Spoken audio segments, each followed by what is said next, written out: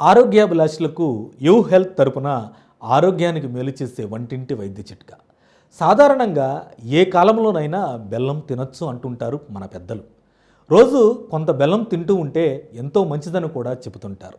ఎందుకంటే ఇందులో ఔషధ గుణాలు ఎక్కువగా ఉంటాయని, మన తాత ముత్తాతలు బెల్లమును ఎక్కువగా తినడం వల్లనే ఎక్కువ కాలం జీవించారని కూడా వైద్యులు చెబుతూ ఉంటారు.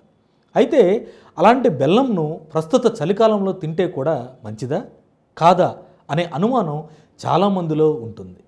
బెల్లంలో ఐరన్, మెగ్నీషియం, పొటాషియం వంటి పోషకాలు పుష్కలంగా ఉంటాయి.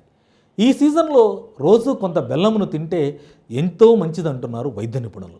బెల్లం తినడం వల్ల ఊపిరితిత్తులను శుభ్రపరచడంలో అద్భుతంగా పనిచేస్తుందంట.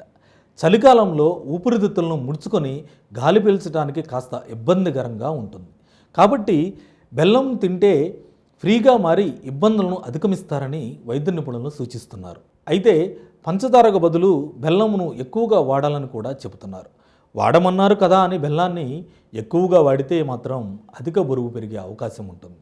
ఎందుకంటే 100 గ్రాముల బెల్లంలో న్యూట్రిషన్స్ వాల్యూస్ ఎలా ఉంటాయో చూద్దాం.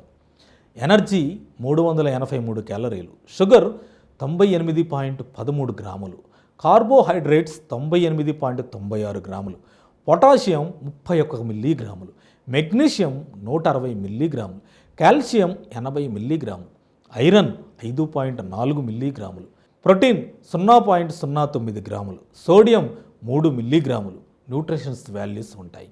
ఇక ఇందులో ఫ్యాట్, ఫైబర్, కొలెస్ట్రాల్ వాల్యూస్ అస్సలు ఉండవు. ఇలాంటి మన ఆరోగ్యానికి మేలు చేసే వంటింటి వైద్య చిట్కాలు తెలుసుకోవాలంటే మా ఛానల్ని సబ్స్క్రైబ్ చేయండి. ఈ వీడియో మీకు నచ్చినట్లయితే లైక్ చేయండి, షేర్ చేయండి, కామెంట్ రూపంలో మీ అభిప్రాయాన్ని తెలియచేయండి.